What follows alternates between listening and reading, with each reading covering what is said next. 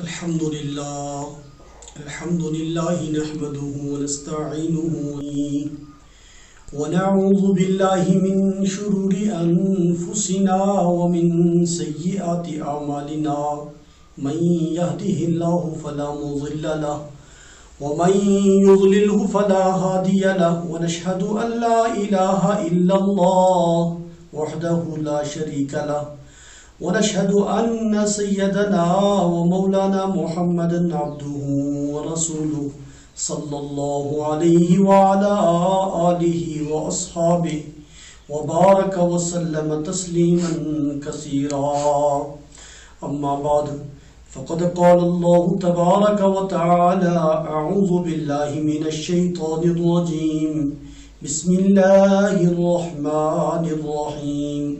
يا أيها الذين آمنوا ادخلوا في السلم كافة. صدق الله. اللهم صل على سيدنا ومولانا محمد وعلى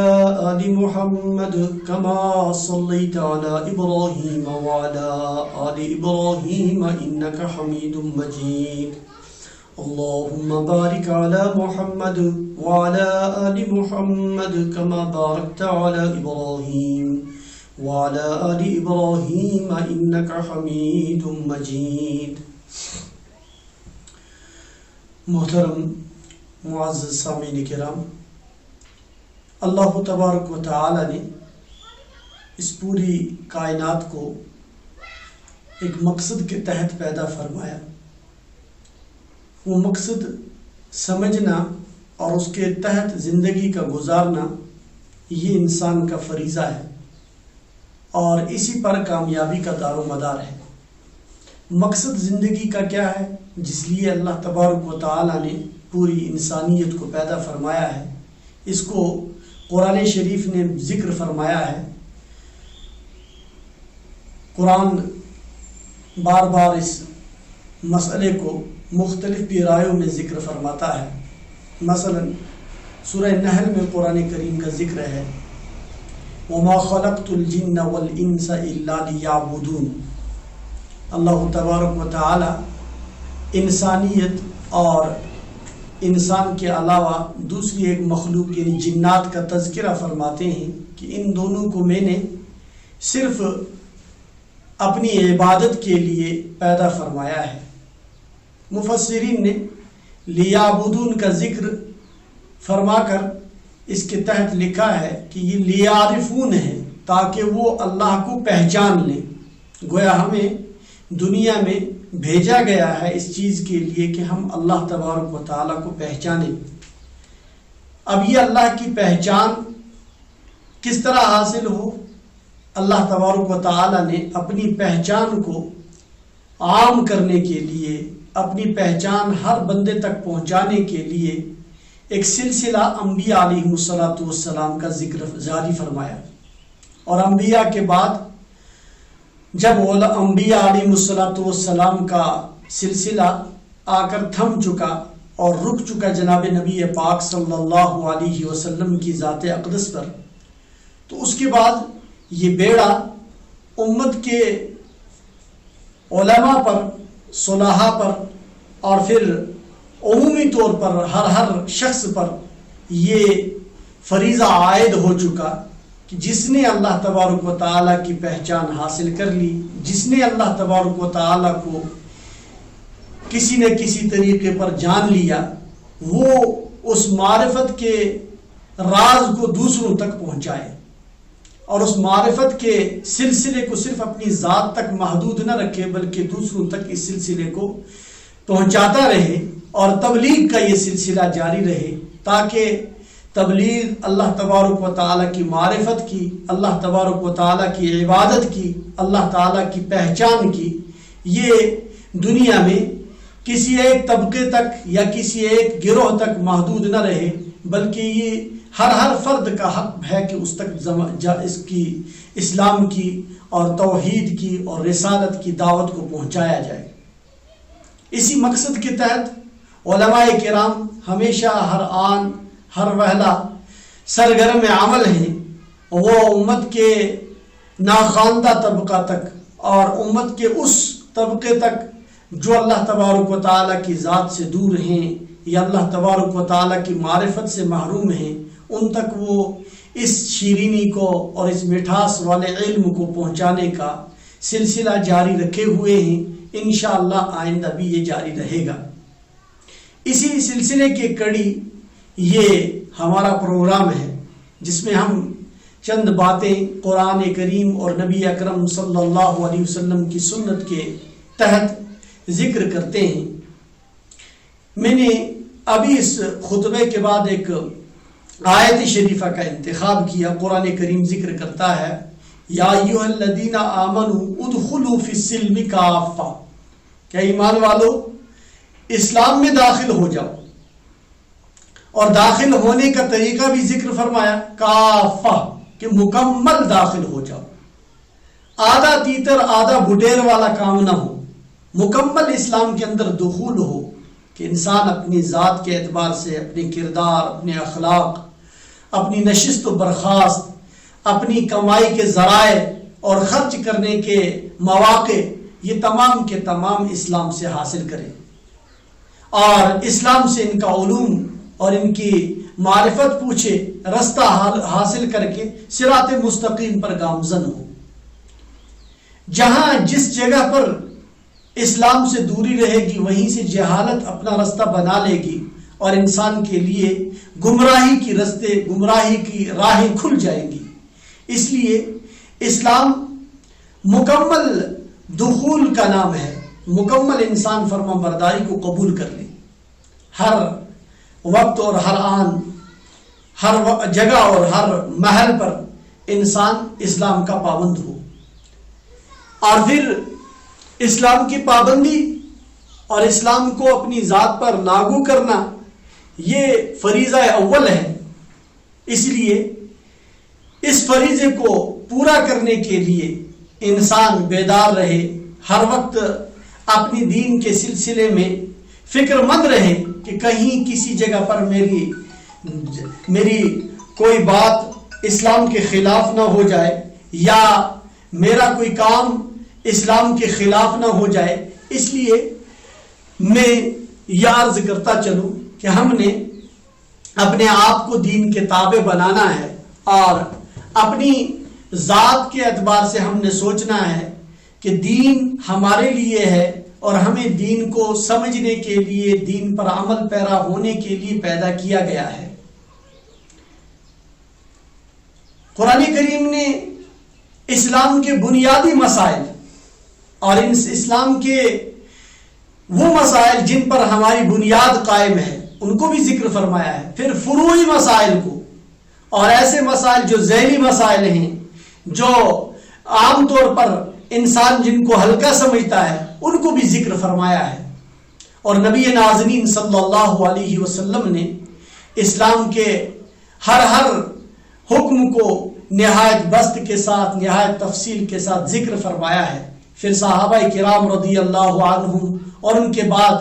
طبقات جو ہیں، تابعین، تبع تابعین، پھر علماء مجتہدین اور مفسرین، محدثین نے اسلام کی ہر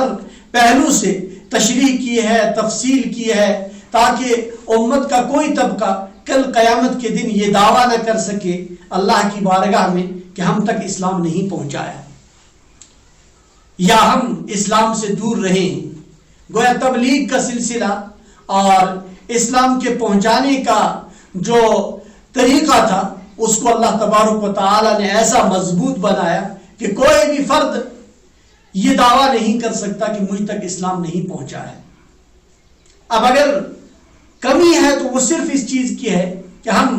عمل پر قائم نہیں ہیں، ہمارا اپنا من نہیں مان رہا ہے، ورنہ اسلام نے کسی طرح سے کوئی کمی نہیں رکھی ہے، کوئی دقیقہ نہیں چھوڑا ہے، اور کہیں پر کوئی کسر نہیں چھوڑی ہے ہم تک بات پہنچانے میں۔ قرآن کریم نے اسلام کے اصول اور فروع کو جہاں ذکر فرمایا ہے، ان میں سب سے بنیادی باتیں طہارت کے سلسلے میں ہم ذکر کرتے آئے ہیں۔ گزشتہ ایک پروگرام میں ہم نے طہارت کے چند مسائل کو ذکر کیا ہے۔ اس سلسلے میں کسی صاحب نے ایک سوال کیا ہے کہ طہارت کے ساتھ یہ مسئلہ تعلق رکھتا ہے، اس کو اپنے پروگرام میں شامل کیا جائے۔ سوال یہ ہے کہ اگر نماز کے دوران کسی کا وضو ٹوٹ جائے اور کسی پر ناقض وضو کوئی عمل پیش آئے تو کیا کرے گا، اس کے لیے حکم کیا ہے؟ پہلے یہ بات یاد رکھنی چاہیے کہ طہارت اور پاکی دو طرح کی ہے، ایک طہارت حدث اصغر سے ہے اور دوسری طہارت حدث اکبر سے ہے۔ حدث اصغر کہتے ہیں انسان کا بے وضو ہو جانا، اور حدث اکبر بے غسل ہونے کا نام ہے۔ دونوں صورتوں میں انسان پر طہارت کرنا لازم ہے۔ اگر انسان بے وضو ہو گیا، وضو انسان کی ٹوٹ گئی، تو اس کے لیے لازم ہے کہ یہ جائے اور جا کر اپنا وضو بنا کر آ جائے۔ اور اگر حدث اکبر پیش آیا، مثلا منی کا خروج ہو گیا شہوت کے ساتھ یا جماع کے ذریعے سے، تو اس صورت میں بھی انسان پر لازم ہے کہ یہ جائے اور غسل کر کے آئے۔ اس کے بغیر اس کے لیے چند احکام ادا کرنا اور ان کو پڑھنا یا ان کی ادائیگی انسان کے لیے منع ہے۔ مثلا ایسا شخص مسجد میں داخل نہیں ہو سکتا، خانہ کعبہ کا طواف نہیں کر سکتا، ایسا شخص قرآن کریم کو چھو نہیں سکتا، اور اسی طرح سے نماز وغیرہ اور قرآن شریف کی تلاوت، ان تمام چیزوں سے اس کو منع کیا گیا ہے۔ اب ان میں سے کوئی بھی صورت اگر نماز کے دوران پیش آئی، چاہے اس کو حدث اکبر پیش آیا، اگرچہ یہ مشکل لگتا ہے لیکن کسی وقت ایسا پیش آ سکتا ہے، یا حدث اصغر آ گیا کہ اس کا وضو ٹوٹ گیا ریح کی وجہ سے یا پیشاب کے قطرے کی وجہ سے یا بدن سے کہیں سے کوئی خون کا کوئی قطرہ نکلنے کی وجہ سے، اس کے بہہ پڑنے سے، تو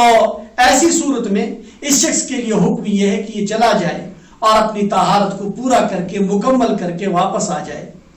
اس دوران جو نماز اس کی پہلی شروع ہوئی تھی، اگر یہ جماعت کے اندر شامل تھا اور جماعت سے نماز پڑھ رہا تھا، تو اس کے لیے حکم یہ ہے کہ اگر یہ چند شرائط کے ساتھ جاتا ہے اور واپس آ جاتا ہے تو اس کی سابقہ نماز بچ سکتی ہے۔ مثلا اس کو جانا ہے تو جاتے ہوئے اور آتے ہوئے کسی سے ہم کلام نہ ہو، کسی کی بات کا جواب نہ دے اور کسی سے یہاں سے اپنی طرف سے کوئی بات ابتدا نہ کرے۔ اسی طرح سے اگر یہ جاتے ہوئے آتے ہوئے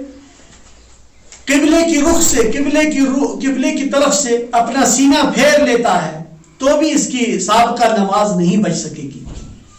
اور جاتے آتے اگر اس نے کسی کے ساتھ بات کر لی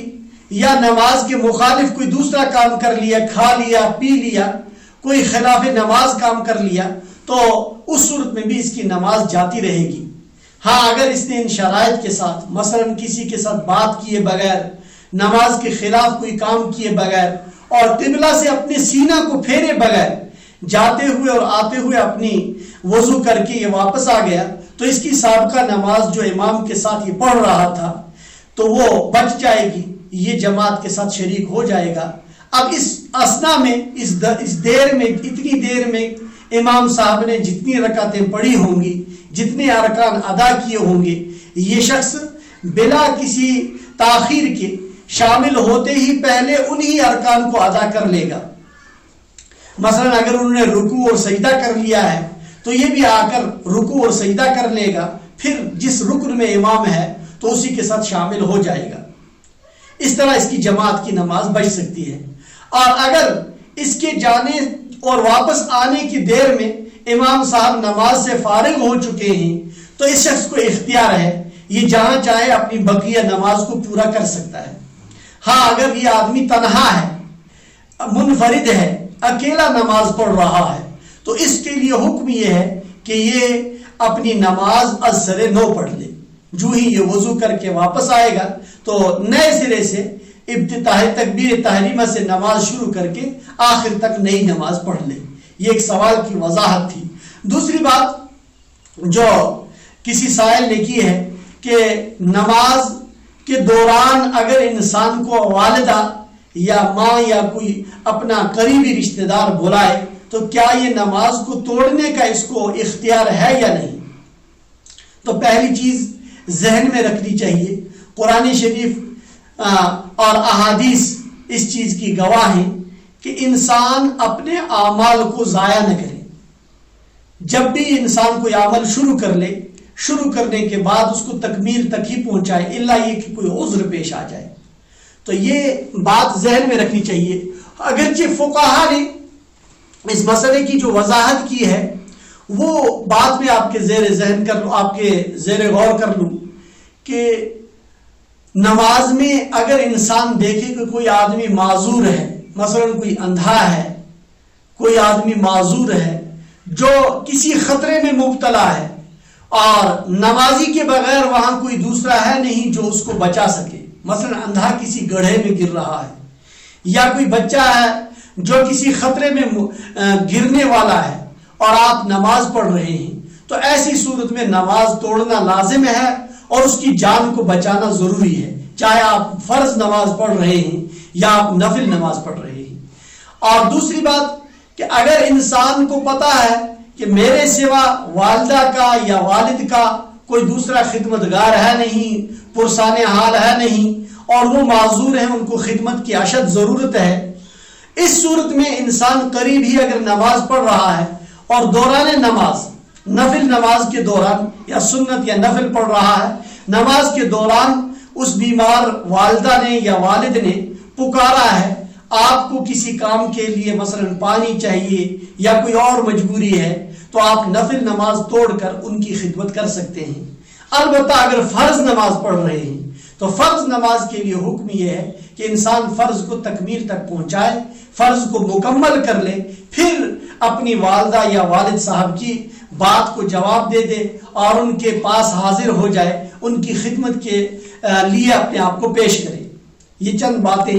چند سوالوں کے سلسلے میں نے گزارش کر دی۔ اللہ تبارک و تعالی ان باتوں پر ہمیں بھی عمل عطا فرمائے۔ وآخر دعوانا ان الحمد للہ رب العالمین۔